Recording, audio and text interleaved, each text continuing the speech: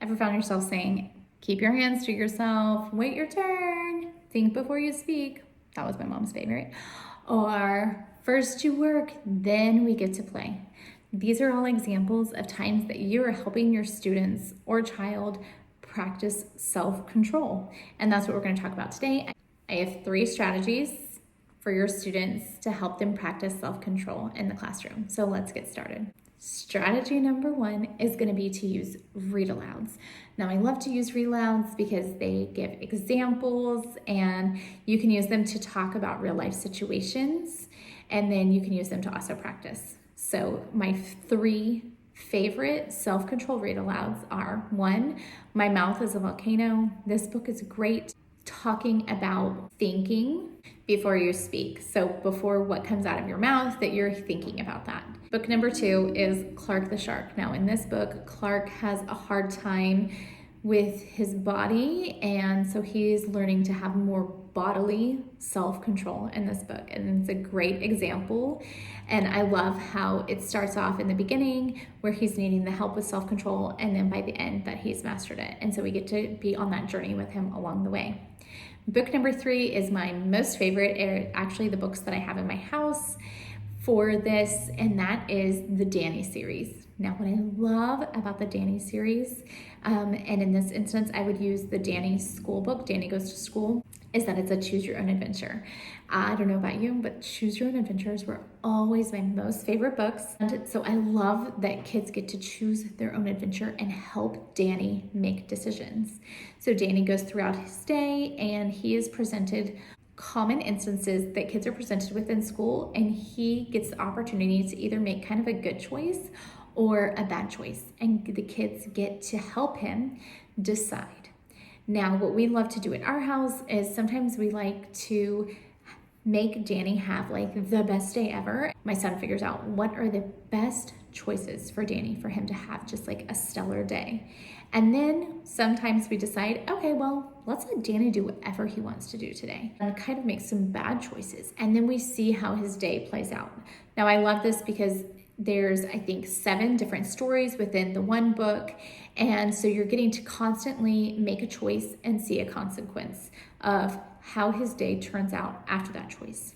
I also like that our day is compiled of not just one decision, but a bunch of different decisions. And so sometimes Danny can start off making a bad choice, but end his day good. And sometimes he could start off his day really great, but like end it bad. So it's just kind of like life, and I love that it showcases that. Now, my second strategy is that once you've used these read-alouds, that then you want students to be able to practice. And my favorite way to get students to practice is through games. And so today I'm going to share with you 3 games that I love to play to help students practice self-control. And the first game is called Self-Control Bubbles, or Don't Pop the Bubble. And so basically you blow bubbles, and the goal is to use your self-control. When you see a bubble, obviously you want to pop it, but you're using your self-control to not pop the bubbles. I like this because this kind of goes with using your hands, right? Like sometimes we want to hit or we want to knock something over or whatnot. And so they're thinking that when they're not popping the bubbles, like what are they doing with their hands to keep them from popping them? So maybe some kids are putting them in their pocket or they're sitting on them if they need some help with self-control. And so then those are strategies that they can use later for their hands when their hands are maybe being a little bit more impulsive. My second game is a little bit harder. It's freeze dance. And so for this, you will need music if you've never played freeze dance. Basically, when the music is going, you're dancing. And when the music stops, you stop. I love this because this is all about body self-control and movement. And that can be really important as well in the classroom. The third game is very similar, and it's red light, green light. Now, if you are in a classroom setting, you are going to want to make sure that you're giving students a movement that you want them to do. So for example, you might want them to tiptoe across the room or to walk, things that are slow, right? You don't want your whole class like running. And then when the light turns red, they stop. Now, if you want them to have running or more freedom, this would be a great game to also play outside or to play during recess. Now, when your students have mastered these 3 games, it's time to step it up a notch. And to help them really become self-control masters, you're gonna play these games in reverse. So you'll play freeze dance. When the music is playing, you're actually frozen. But when the music stops, that's when you dance. For red light, green light, when the light is red, you go.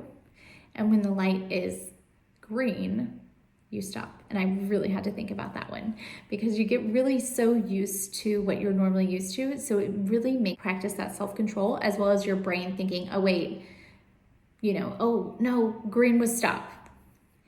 All right, and our last and third strategy, I want to bring an example in from kind of an adult's world to give you a good analogy. And that is that maybe when you're doing like trying to eat healthy or you're on a diet and you're constantly having to have the self-control, constantly having to tell yourself no, it gets hard after a while. And some days you're ready for a break. You are ready for that cheat meal. You're ready to not have self-control and you're just ready to eat whatever you want. Kids feel this way too. And so our third strategy is to give them a break. They are trying to have self-control all day, and usually by the end of the day, their self-control honestly has been used up and they are done. So what you want to do is after every activity that has used up a lot of their self-control that they've really had to use, you want to make sure and give them a release or some time to have a break in between, so that then for the next activity, they have all their self-control stored back up. If you have some great ideas, some other strategies that work really well for self-control, we would love to hear them. Please drop them in the comments below so that we can all share and see them. And I will see you back here next Sunday.